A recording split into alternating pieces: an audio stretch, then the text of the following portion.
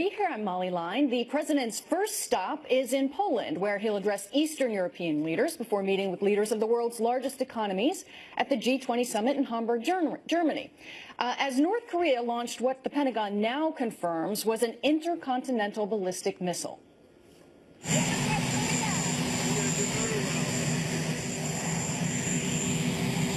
The launch prompting calls for stronger measures against North Korea, raising questions about China's trade relationship with that rogue regime. Chief White House correspondent John Roberts is live in Warsaw, Poland. He has more for us. John, good morning to you. And the president on his way over here aboard Air Force One will be monitoring the goings-on at the United Nations Security Council beginning at 3 o'clock this afternoon, when the United States is looking for a very strong reaction from the UN Security Council in condemnation of that missile launched by North Korea.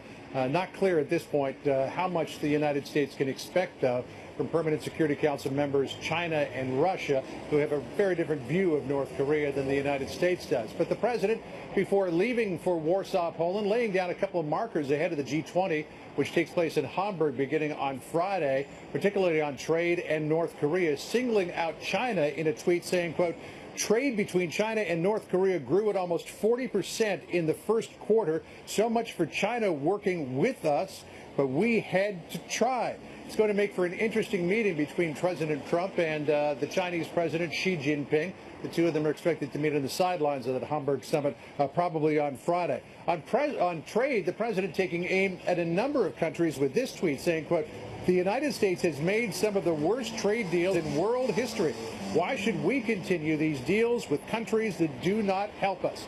Trade is going to be a big topic of conversation at the G20. The president wants to let the countries that the United States has trade deals with, that some of those deals, many of those deals that were negotiated in previous administrations, are unfair to the United States, and he wants to at least change the details of some of those deals, if not negotiate them altogether. Renegotiate them, that is. In fact, that might happen with the Korean-U.S. free trade deal. Here in Poland, the president looks to strengthen ties between the United States and the Polish people, ties that go back an awfully long way.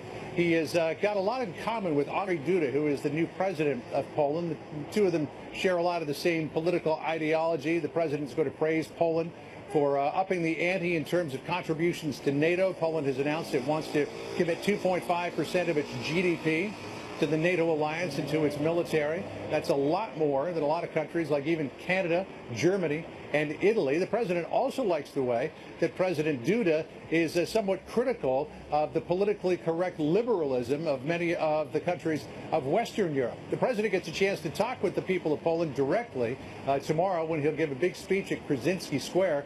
That's the famous scene of the 1944 Warsaw Uprising against Nazi Germany. And it's probably clear, I think, John, that the president will be on friendly territory because the parliamentarians of the governing Law and Justice Party are allowed to invite 50 people each to that rally tomorrow. And with almost 300 members of the Law and Justice Party in both the lower house and the Senate, that could be as many as 15,000 people out there to see the president tomorrow. Don't know if there will be any protests tomorrow, but you can be certain, John, at the end of the week in Hamburg, there will be a lot of protesters. Forget the loud motorcycle. There will be a lot of protesters out there just generally protesting the G20, let alone President Trump. John? Nobody handles a loud motorcycle in a live shot better. John Roberts, our Chief White House correspondent. I drive one, so I know what they're all about. Yeah. Well, I do too, once in a while. John Roberts, thank you. Yeah. North Korea claiming yesterday's intercontinental ballistic missile launch marked its final step in creating a powerful nuclear state. The director of the Missile Defense Agency previously warned the dangerous milestone was just days away. In my view, it's a matter of time. They're demonstrating continued increase in capability, range, altitude. We have to assume that the capability exists today to attack the United States. Joining me now, Christopher Swift, National Security Studies Adjunct Professor at Georgetown University and National Security Attorney. Thanks for being here, Christopher. Good to be with you, Molly. So kicking things off, a lot of people have said this is a game changer. The fact that this is an intercontinental ballistic missile that could possibly reach Alaska. And with the U.S. and South Korea, they've now held a response. The response being kind of a joint missile test. Was this the appropriate response? Does it send the right message to the rogue regime? Well, it's a tactical response. It's a timely response. It certainly sends the message that the United States and South Korea have the capability to respond to threats from North Korea and will do so together as allies. Whether it's going to solve the broader problem, though, I mean, we can't take a look at a strategic test on the U.S. or South Korean side of weapons we've had for ages and use that as a proxy for solving the strategic difficulty that the North Korean ICBMs pose. And we'll be talking a lot about strategy in the coming days with the G20 just around the corner. The U.S. Secretary of State Rex Tillerson had said, called North Korea's move a new escalation of a threat.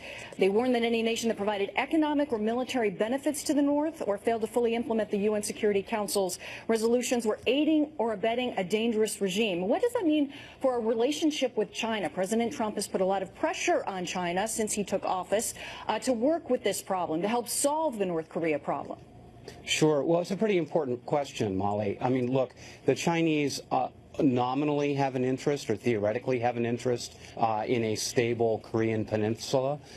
Developing nuclear weapons and the capacity to carry them from one continent to another is not consistent with stability in the Korean peninsula. So you would hope that Beijing would take some action.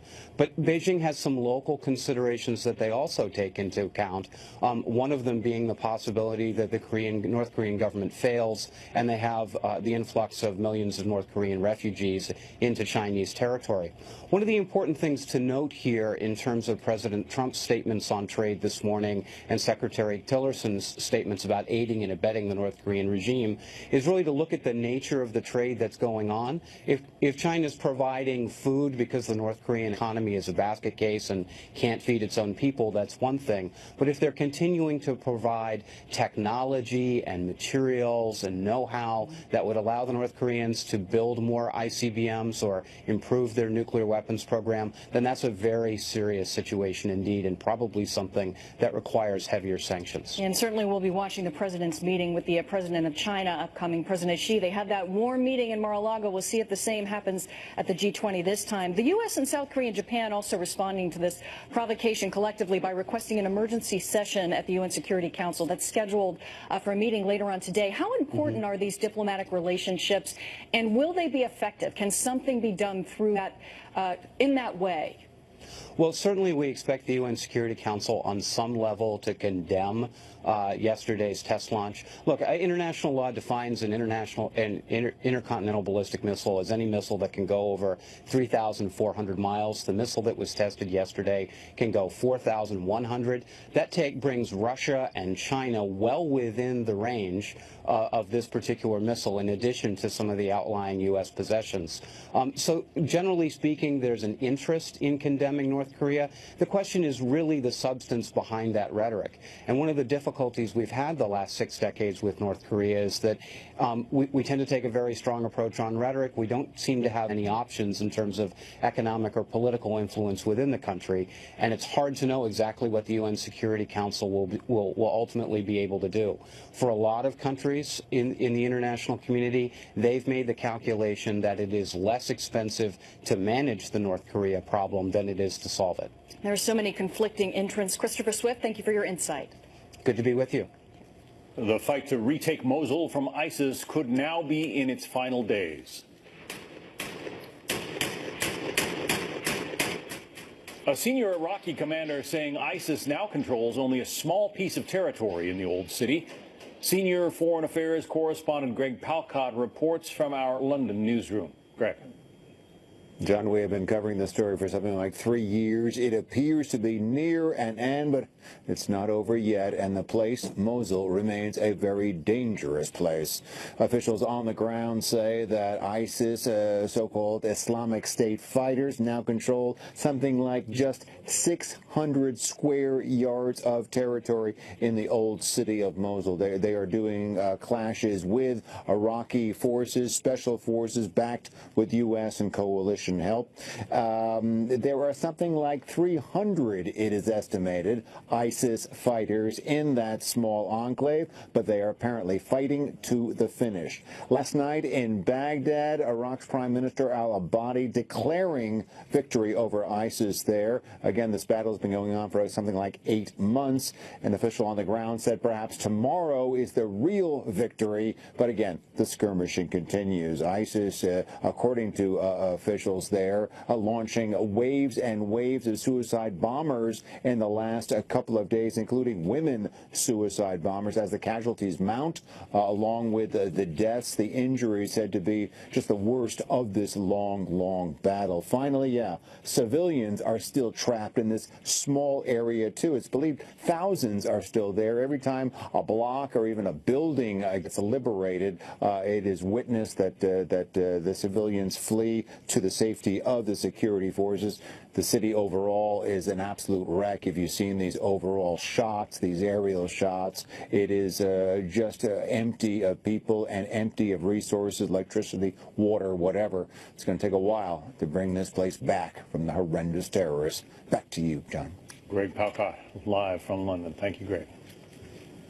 New clues in a gruesome murder mystery as friends of a missing bar owner say Jennifer Lindano is the woman found dismembered in New York City.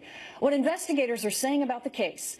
President Trump gearing up for a high-stakes meeting with Russian President Vladimir Putin, what the leaders will and won't discuss during their first face-to-face sit-down this week. I think you should meet with anybody and everybody you can in the world. We try to bring the world together, but make no mistake. The United States of America is the hope of the world. If we don't get it right, there's nobody going to step in and take our place. Right now, new information on some crime stories we're watching. A deadly crash after a mass shooting in Georgia. Police in Savannah say officers were pursuing a suspect accused of gunning down at least 3 people overnight. 3 more people were killed when the car the suspect was in crashed. Police are questioning a person of interest in that case. Friends of a missing New Jersey bar owner insist she is the victim found dismembered in New York City after they recognized the tattoo on the torso, which they say was Jennifer Lindano's tribute to her aunt. Police not confirming the victim's identity amid reports an NYPD dog found possible traces of blood at the home of someone close to Lindano. The man convicted of killing a University of North Carolina student nearly a decade ago back in court trying to get a new trial. His attorney arguing the DNA belonging to his client found in the victim's car may have been transferred there as he raised questions about the testing process at the state's crime lab. A Fox News alert on the delicate diplomatic dance awaiting President Trump as he is now en route to his second overseas trip, and the stakes are very high, especially since it will include his first face-to-face meeting with Russian President Vladimir Putin. The president tweeting this morning, "Getting ready to leave for Poland, after which I will travel to Germany for the G20. We'll be back on Saturday." Joining us now, Jake Sherman, senior writer for Politico and co-author of Politico's Playbook. As presidential tweets go, that one is fairly tame, doesn't mention the Putin meeting, which is what is going to consume the attention of most of the world, wouldn't you say? I think that's right. It's like it seemed like a note that you kind of leave for your parents leave for you when they go out of town for the weekend. Be back on Saturday. Listen, the Putin meeting is going to be fascinating in many regards, and it's going to be a very tough dance for the president. Anything that he gives away, any sanctions he promises to roll back, will be seen as a concession. The Russians, though, are pressing on 2 different issues. Number one, they've crafted a de-escalation plan in North Korea, where North Koreans would stop some of these what are seen as provocations if the United States and South Korea stop their military exercises. So that will be something that I'm sure Putin will press the president to address. Number 2, the Russians are seemingly upset that they don't have 2 diplomatic compounds in the United States that former President Obama stripped from the Russians back a couple months ago. So those are the 2 issues that I think will dominate this meeting in Germany. But the evidence is that Russia has been providing North Korea with oil and arms shipments. They are clearly helping to prop up the Kim regime. Yeah, and this is becoming a defining fight or a defining element of Trump's presidency, quite clearly, this North Korea issue. But we have to keep in mind that North Korea has dogged the 2 previous U.S. presidents, George W. Bush and Barack Obama. Clearly, clearly this is something that he is going to have to spend many years dealing with, and Russia is a critical component to that. It is said that Vladimir Putin, because of his history in the KGB, recruiting spies, knowing what people want, you know, engaging in flattery and helping persuade them to come around to his point of view, that he is going to be prepared to meet with this president and sort of woo him. How does President Trump respond to or counter that? It's a good question. I mean, he has spent an inordinate amount of time, he and his administration, talking and thinking about Vladimir Putin and the Russians. He's said during the campaign, if we could work with the Russians, that would be great. It'll be great to work with somebody to cut back on ISIS and all of those things. Listen, the president has some diplomatic skills of his own, and we'll see them come into play. I think, obviously, Putin, as Mitt Romney said many years ago, is one of the kind of wiliest figures on the diplomatic circuit in the world. So it'll be a fascinating thing to watch. Right. Putin is expected to bring up the conflicts in Syria and Ukraine. Would President Trump presumably prefer to talk about world affairs with Putin and not get into election meddling? I think that's probably right. It'll be interesting to see if those things come up. Obviously, these meetings are private, so what comes up, we're relying on many times anonymous sources, which the president does not like, to understand what happened behind closed doors between these two leaders. Listen, on Ukraine and Syria, U.S. government policy is basically the exact opposite of where Vladimir Putin is. So I'm not sure they're going to find a whole lot of agreement on those two topics. Fascinating that there was supposedly a champagne toast in the Russian parliament when Donald Trump was elected. That was a long time ago. It was. Pretty low relations between the two countries right now. Jake Sherman from Politico's Playbook. Good to have you on. Thank you. Thanks. President Trump lighting up Twitter, of course, as some Democrats call for his impeachment. But is there any basis for that? Plus, a 4th of July party interrupted by this. We heard like a boom. We thought it was the trash because it's trash day, and all of a sudden we heard another boom. So I looked out the window and saw the car, and it was on fire. Police in Fort Pierce, Florida, say a man loaded 4 propane tanks into his car and then drove it into the apartment building where his ex-girlfriend lived. That car exploded, killing the driver. Police say 18 people living in the building, including the ex-girlfriend and her son, got out safely. One of the men who lived there says the explosion happened during their 4th of July cookout. So I came out to see what was going on, and there was somebody in the car. So a gentleman who was with the party of the people at the apartment was trying to rip it open. I was trying to find the fire extinguisher, so I ran inside. Supposedly the gentleman had 6 propane tanks in his car. 2 exploded, and they got 4 across the street. So it was, once they exploded, it kind of singed it the way it is right now. And I mean, luckily everyone got out. Terrifying day for those folks. Police say they believe the driver and his ex-girlfriend got into an argument Tuesday morning. He returned just hours later with the propane tanks in his car. John? Some Democrats are calling for President Trump's resignation because they say he is ill-suited for the job. Congresswoman Sheila Jackson Lee of Texas says his tweets, including one aimed at Morning Joe host Mika Brzezinski, show he's mentally unfit.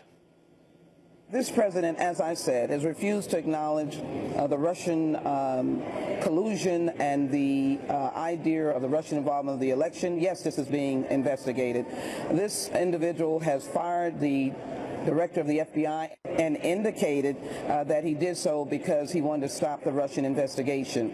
Over the series of his career here as president, his tenure, he has done a number of things, a number of tweets. He is incompatible with the office and the leadership of this country. All right, joining us with a reaction, Fox News anchor and attorney Greg Jarrett. So the 25th Amendment is what she points to as allowing the removal of the president from office. Yeah. Could that happen? Well, she probably hasn't read the 25th Amendment or didn't learn it in law school when she attended. Has nothing to do with a president who's ill-suited or, in her words, incompetent. It's functional incapacity or disability, which is completely different than competence, which is sort of, we don't like the guy's politics or his policies or his temperament. Look, the 25th Amendment came about because some presidents had suffered strokes and heart attacks that were disabling. Woodrow Wilson, Dwight D. Eisenhower, and after Kennedy's assassination, people began to wonder what if he'd survived but was brain damaged. So the 25th Amendment came about to identify what you do. But again, it's not competence, which is completely different than functional incapacity. So this is, I guess, the left looking to go back to November 8th and change the results of the election. Yeah, they challenged with the recount. That didn't work. Then they challenged with the Electoral College. That didn't work. Then they conjured collusion. So far, no evidence of that. That's not working. So now they're resorting to the 25th Amendment. And they're also talking about impeachment over the president's tweets. Look, impeachment is high crimes and misdemeanors, treason and bribery, and tweets don't suffice. She did apparently call for the president to resign. She thinks he ought to just leave office voluntarily, but little chance that's going to happen. And this impeachment thing isn't going to go anywhere, at least. Yeah, I don't think so. I mean, you have to wait for Robert Mueller's report. She cites obstruction of justice. If you look at the obstruction statute, it requires a lie, threat, or a bribe. Not even James Comey alleges that, so it's really inapplicable. So let's talk about something else regarding the environment. A federal court ruling that the head of the EPA overstepped his bounds when he tried to delay an Obama-era regulation about reporting methane leaks. Scott Pruitt tried to give oil and gas companies 2 years before they would have to follow the rule, but a federal court says Pruitt does not have the authority to do that. So what about the appeals court? Did they get it right? Well, it's kind of hard to say it was a split decision, so the EPA, the administration, may seek to appeal it with the full appellate court or go to the Supreme Court, but, you know, the lower court was really kind of splitting hairs here. They didn't actually say that Pruitt doesn't have eventual authority to get rid of the methane emissions requirement. Instead, they said you first have to jump through a lot of administrative hoops. You have to, have public notice. There has to be time for public comment. You have to have a hearing and, and then a review and so forth. Once you do that, then you can take action to get rid of the methane requirements. So, if I'm Pruitt, I'm probably thinking it's easier, faster to jump through the administrative hoops rather than to challenge this on appeal, although they may decide to do that. The U.S. Supreme Court obviously recently upheld President Trump's travel ban when so many lower courts did not. He won a big one there. He surely did. The administration did. Greg Jarrett. Greg, thanks. John, good to see you. Molly. Republican efforts to repeal and replace Obamacare, a key part of President Trump's domestic agenda, but now constituents are making their voices heard. The impact this could have on the Senate's bill. Plus, a New York City police officer gunned down in the line of duty, why investigators say it was a clear assassination.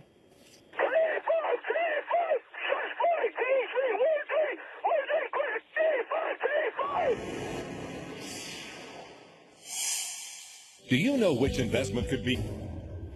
Breaking in New York City, police investigating the, quote, clear assassination of a veteran NYPD officer while she was sitting inside her mobile command unit. It happened overnight in the Bronx. Officer was assigned with a partner to a mobile command post when the suspect fired through the vehicle's window, striking her in the head. Her partner immediately radioed for assistance. An anti-crime team consisting of a sergeant and a police officer who were in uniform encountered a male subject running on Morris Avenue, approximately 1 block from the scene of the shooting. As they confronted him, he drew a revolver. The officers fired at him, striking and killing him. David Lee Miller is live with more on that story. David. John, the female officer who was killed is a 12-year veteran of the force. Moments ago, a photograph was released. A 48-year-old Mistosis Familia. The mobile command center where she was shot to death had been in its current location in the Bronx since last March because of recent gang-related shootings. According to a published report based on surveillance video, the shooter walked up to the vehicle with what is described as a sense of purpose. He then fired through the window, striking Officer Familia in the head. Her partner radioed for help.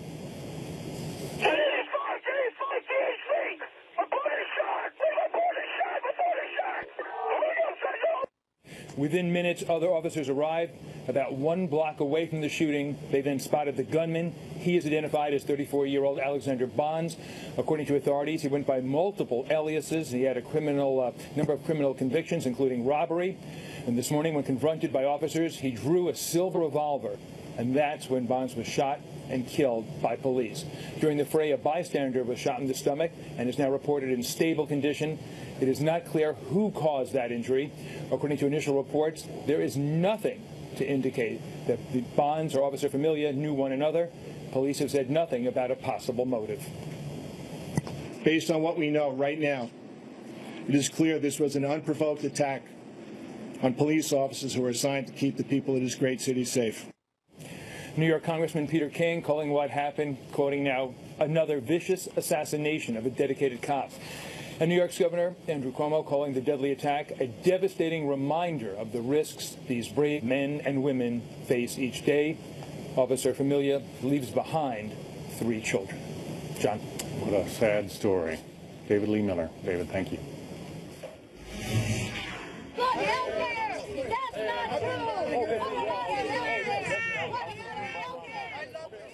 Senator Cruz, just one Republican lawmaker who got an earful from his constituents about health care over the July 4th holiday.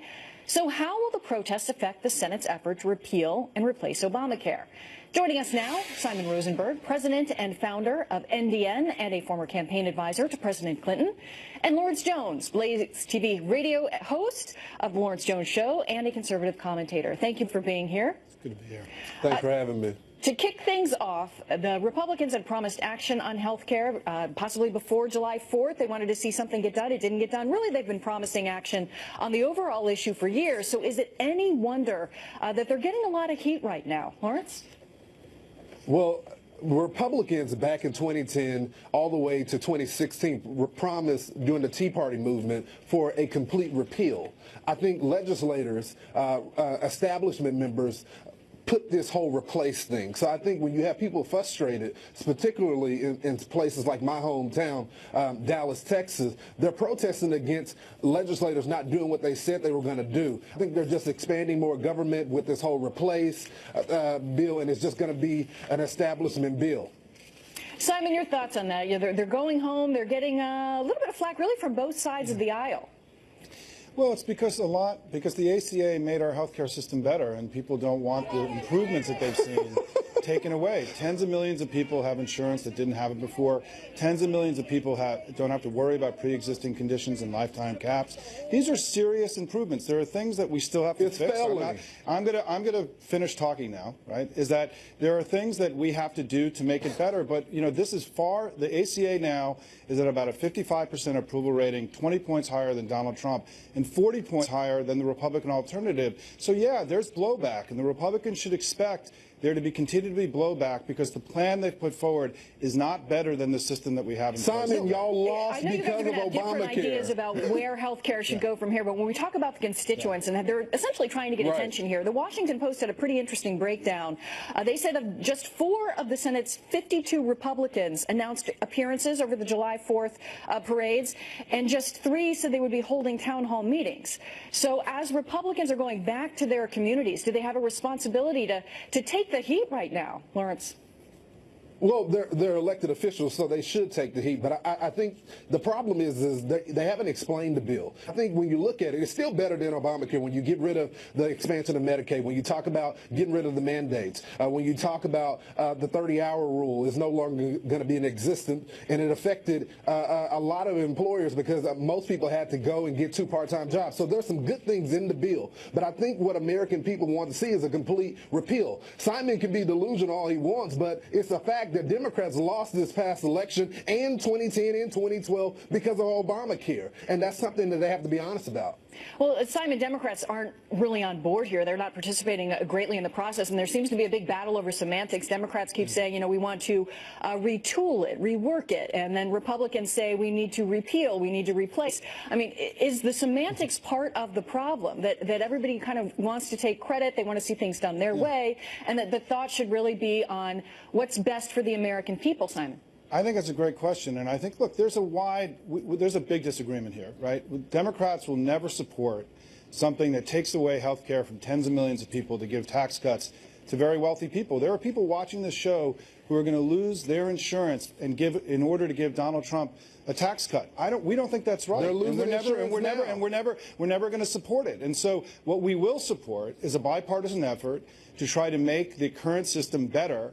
What the Republicans have offered is not a fix. It's going to make the current system far worse. And so it's going to make the system far worse. We are willing and able any day of the week to come together with the Republicans to try to find a better path forward. And hopefully that's where we're going to be when the Republicans come back in July. I mean, to be fair, Lawrence, the Republicans really are having an internal battle as well. The moderates and the centrists don't like these idea of the cuts that have been proposed to Medicaid. The conservatives want to see further cuts. So to a certain extent, the GOP really needs to kind of battle this out first together and figure out where they're headed. Right. And I think that's perfectly fine. We don't believe in groupthink on the conservative side. We're not going to just shove a bill down American throat. We're going to have this heated debate. You have the conservative wing, and then you have some of the moderate members. I think the best approach, like I said, is Rand Paul's approach. Separate the bill, get rid of the mandates, cut the taxes, and then we can talk about all this government spending and all that I'm sure a lot of the Democrats will love and get on board with. I think that's the best solution for this bill. Simon, we have just about a minute left here, but this is about the constituents. That's who poured out to try to talk to these senators over the holiday. What can the constituents do to communicate with their lawmakers? Well, I think you're seeing it, and I think we saw this during the Obamacare fight in 2009 and 2010. You know, many people came out to town hall meetings during that debate around health care. I think you're seeing this happen again. This stuff really matters. This is going to affect tens of millions of people. I think it's great for our country that we're seeing so many engaged citizens come out and speak to their elected officials. I wish the Republicans would be showing more courage, be doing more town hall meetings, and actually hold a single hearing. They've not had a single hearing on this bill in 6 months. That's never happened before in the modern history of the United States, that a bill of this significance has not had more public airings, as we've seen. I think they got to man up here a little bit and take their ideas to the American people, and let's have it out. And Lawrence, you get the final word here. I know that you hear from people all over the nation. I just think that it's funny that Simon cites 2010 and 2012 when the American people were saying repeal, repeal. Democrats right now want it their way or the highway, and that's not how you get this bill passed. All right, Lawrence Jones, Simon Rosenberg, thank you both for being here. There was a very spirited discussion. Appreciate it. Thanks. Thank you, Mom. Thank you. The deadly Grenfell Tower fire in London. Why it's taking investigators so long to identify all of the victims. Plus, fighting terror with drones. Our next guest tells us how they are now playing a key role. ISIS is losing ground in Mosul as Iraqi forces close in on the last neighborhoods still held by the terrorists. Iraqi commanders say they hope to liberate the entire city by the end of the week.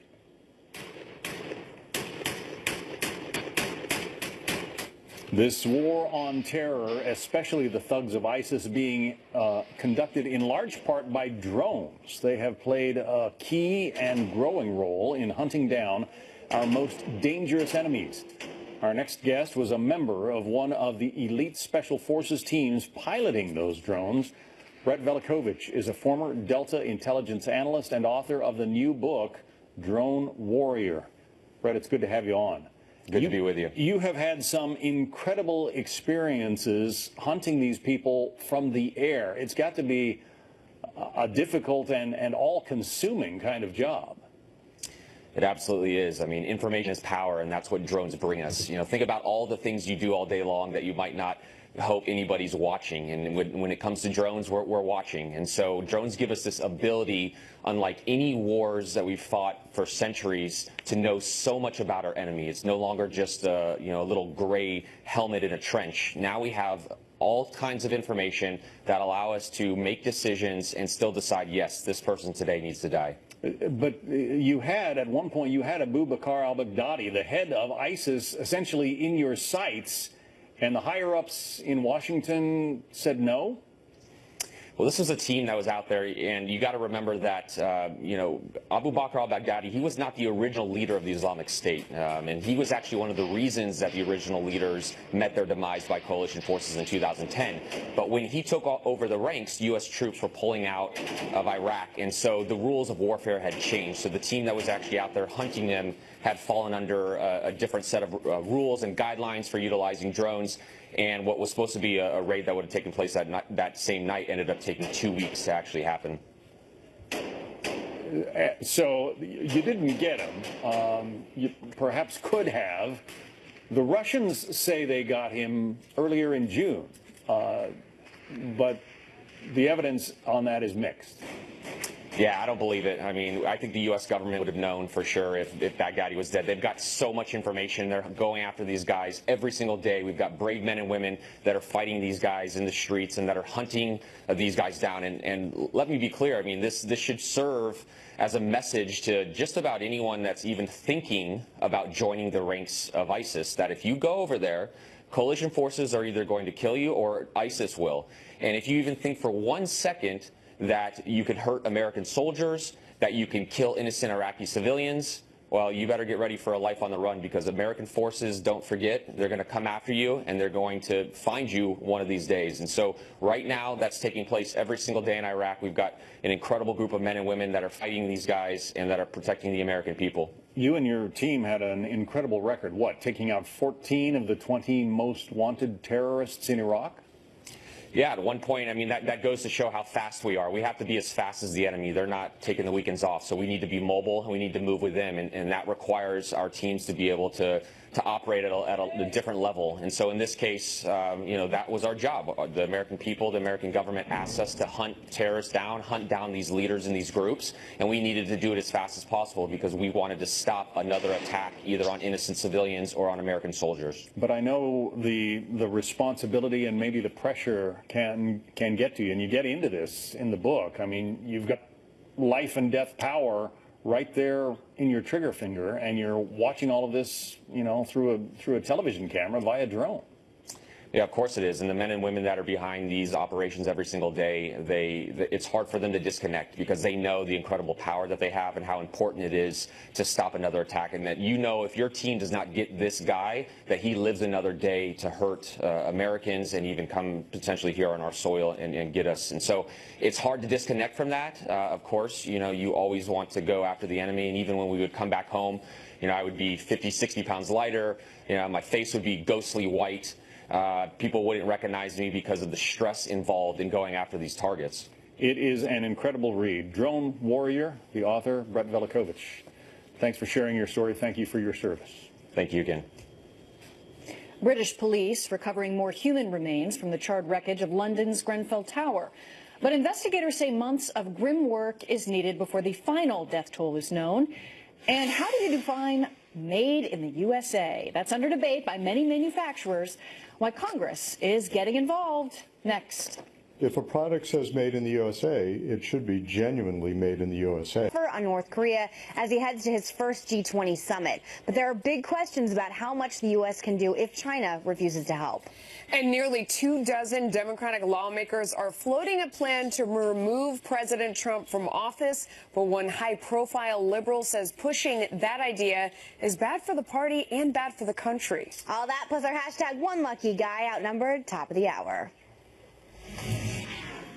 Well, Congress is working on a bill that would set a national standard for claiming any product is made in the USA. Right now, states determine how much of the parts and manufacturing should take place in the U.S. to warrant a Made in the USA label. William LaJeunesse has more. He is in Ontario, California. William. Well, John, current law is supposed to protect U.S. workers, but it may be actually hurting them. Here's why. Everything you see in this flashlight is made right here in L.A., from the rolled aluminum to the finished product, until the company started going from an incandescent to an LED bulb. Then they couldn't get all the parts here in the U.S., like this tiny microchip. But because of this, they cannot call this made in America. That's hurting them with consumers against the cheaper foreign knockoffs.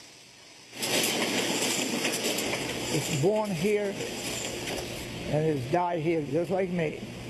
I'm not going to China. Tony Maglica started Maglite out of his garage in 1960. Today it's a multi-million-dollar business that's struggling because of cheap imports and a California law that limits his ability to label his flashlights made in America. People who knows it, they say, why don't you mark made in USA? I said, I can't do it. I got sued. Maglica sources all materials in the U.S. and fabricates everything else except this one piece. Under California law, 95% of a product must be made here. But Maglite, among other U.S. companies, say that standard allows trial lawyers to game the system, filing lawsuits that manufacturers can't risk losing. So most avoid the Made in America label entirely. If it's a question of cutting corners, saving money, and increasing profits, which is often really the case, then it shouldn't bear a label that's not honest and truthful. Consumer groups support the California statute because it acts as a national standard.